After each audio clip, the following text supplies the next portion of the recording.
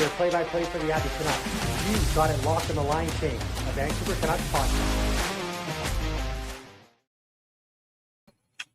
Canucks Nation, welcome back to the Line Change, a Vancouver Canucks podcast. Roster management. Those are the two words every Canucks fan has been waiting to hear this trade deadline season, but we didn't expect them to be attached to Tyler Myers. Up until now, Myers was the veteran we thought was staying put. He lives in BC all year round. He's got a full no-move clause, and he's in year 2 of a 3-year extension. But things have changed, and they've changed fast.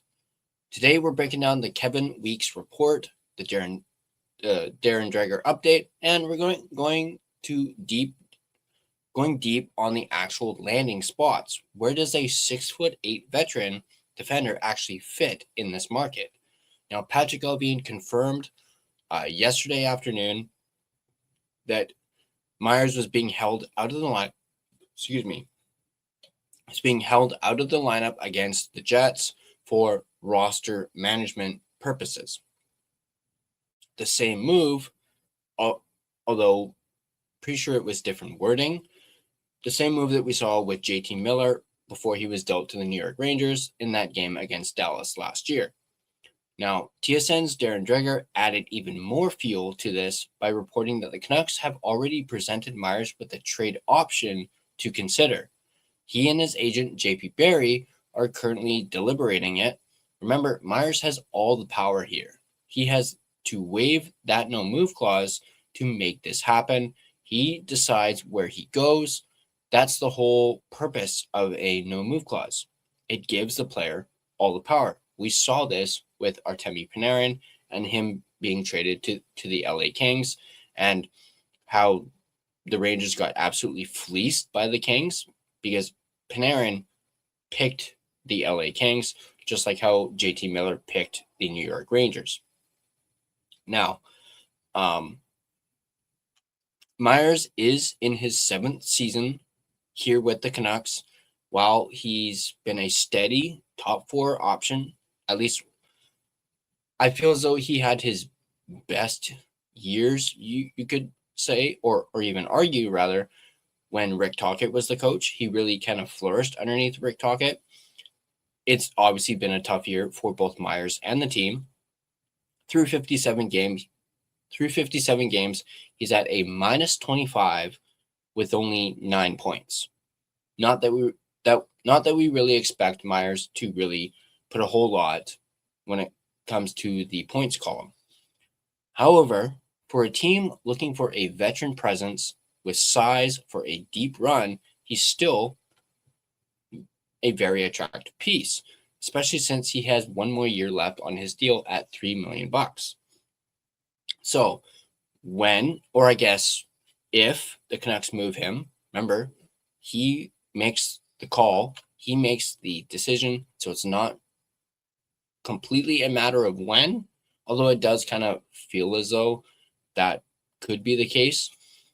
They obviously shed that $3 million off their cap, and hopefully when they move Kane as well, that'll shed an additional $5 million in cap space. Same goes with both Blueger and Camp, although I forget exactly what Blueger's at. I think he's at 3 or 4, but Camp is only at like $1 million, so that's not gonna take too much off the cap, off their cap. But the likes of Myers, Blueger, and Kane will shed a lot of cap space for the Vancouver Canucks. So, which brings us to, where would Myers go? Where would he waive his no trade clause, or no movement clause, I should say? Where would he waive it to go to? On our our After Dark post-game show that we had technically earlier this morning, we spitballed a few ideas. I'm looking at the West Coast, maybe LA if he wants to stay in the Pacific. I mentioned Calgary, and I also mentioned, heaven forbid he goes to the Oilers, are also very interesting. Though seeing him in a rival jersey would be, a tough pill to swallow, even with it being Tyler Myers. Now, our friend Rain did bring up an interesting, potential destination, and that was the New York Islanders, which honestly makes sense as an East Coast landing spot. Plus, if you really think about it, the Islanders didn't get a defenseman in return when they traded away Noah Dobson to the Montreal Canadiens. Not that I'm comparing Dobson to Myers or putting Myers in the same category as Dobson, at least skill level wise. It's a long way from BC. But if the hockey fit is right, the Islanders are one of the few East Coast teams that truly makes sense for his style of play. Plus, he could really help Matthew Schaefer develop and could be a really good veteran presence in that locker room for a lot of those younger players that they have. Now, also, our friend Irvin, Swervin Irvin, that is, he also mentioned Dallas in our comments. And, obviously Myers is from Texas, so that would be a homecoming for him. And plus, Dallas is a playoff team, and Dallas is considered a contender. And also, Dallas also always values size and veteran experience on the blue line. Imagine Myers back in his home state for a cup run. Would he wait for that? You would think almost absolutely certain, certainly he would wait for that opportunity. We also talked about this on the post game as well. Another one of my spitballs was LA.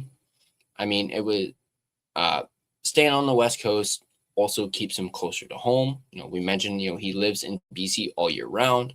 I believe it's actually Kelowna, to be exact. Could we even maybe see him in San Jose or even Vegas? Heaven forbid he decides to go to Vegas. Again, same thing with the Oilers. At his age, I just hope he lands with a true contender because he deserves a real shot at a cup, considering he is 36 years old. Actually, just freshly turned 36 years old, I should actually say. But let's be realistic here. A minus 25 rating and 9 points in 57 games doesn't scream first-round pick. So, that being said, what are we looking at for a return for Tyler Myers? Management seems dead set on attaining draft capital. I'm thinking a mid to late round pick, maybe a fourth if they're lucky, or likely between a fifth round and sixth round and a seventh round pick you'll probably get from Myers, or perhaps maybe a young roster player who just simply needs a change of scenery. The real value for Vancouver might be the $3 million in cap flexibility for next season and opening a spot for a prospect or a young defenseman, like, for example, Victor Mancini, who definitely should get a look and should be playing more, especially if they do end up, or do and / when they end up trading Myers. Now, would you be okay seeing him in Edmonton or Calgary? Some fans say rebuild mode means trade him anywhere, while others can't stand seeing a longtime Canuck help out a division rival. Myers has earned the right to choose where he goes. Whether he stays or goes, he's been a massive part of this era, whether you love him or you hate him. And I know there have been times where us Canuck fans have hated him, myself included, actually. But I do think over the 7 years he's been with this team, and at least recently, he has in fact become a fan favorite. I know I won't forget that goal that Tyler Myers scored 2 years ago, where he stole the puck, deked, and scored on the backhand against the very same Winnipeg Jets team that we played last night. You guys remember that one? That was a beautiful goal. Not to mention the old clap bomb from 11 months ago against Anaheim, where he, came right out of the penalty box and, had that massive old clap bomb and scored. That too was a beautiful goal as well. But that deke one in particular is not something we'd actually expect from Tyler Myers.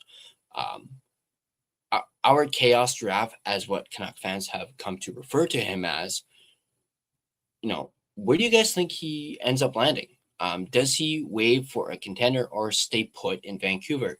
Let's really think about it, because that still is a very real possibility. He's still mulling the decision over, The ball is still in his court. He still has the final say in where he goes, or even if he gets traded.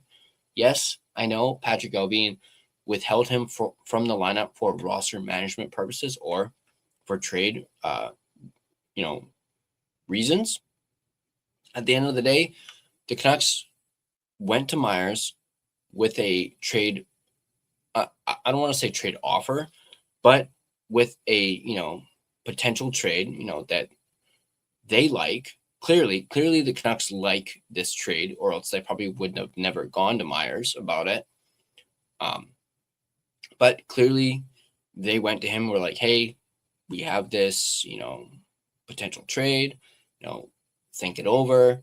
Let us know. And we I don't know. I can't remember if we mentioned this on the post game, but basically it was mentioned as actually we mentioned it earlier with Darren Dreger and his update. He said Myers has known about this trade for a couple of days now. So he's been mulling it over for a few days with his agent, and they haven't come to a decision. Obviously, when the news broke about it, which was around 4:30 in the afternoon, and then the game happened, nothing materialized, and then after the game, nothing materialized either. But definitely be on the lookout over the next 48 hours. Something could very well happen, or a decision could be made by Myers himself on whether he gets moved or not. Obviously, losing a guy with that type of leadership and veteran presence is going to be tough. But again, this Vancouver Canucks team is, I don't want to say in the middle of a rebuild, but they are a rebuilding team. And, you need young talent on a rebuilding team. Yes, you also need veterans like Myers, but clearly the Canucks like what they were offered for Myers. And obviously, went to him with the offer, and we're like, hey, this is what we're being, offered for you, for your services. So, but let me know in the comment section down below, do you think he goes to a contender, or do you think he just may say, no, I want to stay in Vancouver? Do you think he's going to double down on him already making it known, because he has made it known in the past that he wants to stay in Vancouver? We talked about on the post game where it has something to do with his family, his child. At the end of the day, this isn't just a hockey decision for Tyler Myers. This is a, family decision. He has to talk about this with his family, his agent. As I keep saying, all the power is in Tyler Myers' court. And if this is the end of Tyler Myers as a Vancouver Canuck, I just want to go out and say, I know I've talked crap about him in the past and been frustrated with him, but I will 100% say I've absolutely enjoyed Tyler Myers being a Vancouver Canuck. And if this is the end, I wish him nothing but the best. I hope he does, like I keep saying, I hope he goes to a contender and gets a real shot and chance at winning a Stanley Cup before he potentially could retire it over in the next few years. So, I just want to go ahead and say thank you to Tyler Myers, not to try and get ahead of myself, but, thank Tyler Myers for his contributions to this Vancouver Canucks team over the last 7 years. If this is finally the end of the Tyler Myers era here in Vancouver. If you guys enjoyed this breakdown and, talk about Tyler Myers, make sure to smash that like button and subscribe to The Line Change for more daily coverage as we, of course, continue to count down towards the trade deadline, which is a week from Friday. Once again, let me know in the comment section down below. Let me know if you have any favorite memories or moments involving Tyler Myers. Go ahead and drop those down in the comments down below. DraftKings Sportsbook, an official sports betting partner of the NHL, is built for the fastest game on ice. With player props and live betting, every shift, every shot, every save gives you options to get in on the game with DraftKings Sportsbook. New customers bet just $5, and if your bet wins, you get $300 in bonus bets instantly. Download the DraftKings Sportsbook app and use code THPN, that's code THPN, to turn $5 into $300 in bonus bets if your bet wins. In partnership with DraftKings, the crown is yours. Gambling problem? Call 1-800-GAMBLER. In New York, call 877-8-HOPE-NY or text HOPE-NY. In Connecticut, call 888-789-7777 or visit ccpg.org. On behalf of Boot Hill Casino in Kansas, wager tax pass-through may apply in Illinois, 21 plus in most states. Void in Ontario, restrictions apply. Bet must win to receive bonus bets, which will expire in 7 days. Minimum odds required. For additional terms and responsible gaming resources, see dkng.co/audio. This is a limited time offer. Copyright 2026 NHL, all rights reserved. This video has been a presentation of both DraftKings Sportsbook as well as the Hockey Podcast Network. Be sure to check out the network for your favorite podcast covering your favorite team at thehockeypodcastnetwork.com, the home of hockey podcasts, where it's every team, everywhere. Once again, if you guys enjoyed this video, hit that like button and subscribe to The Line Change, and be sure to have your notifications turned on so you don't miss more in-depth analysis of your Vancouver Canucks. Once again, drop your comments down below. Tell me your favorite Tyler Myers moment and or memory. Thanks for tuning in, and I'll catch you guys on the next Line Change.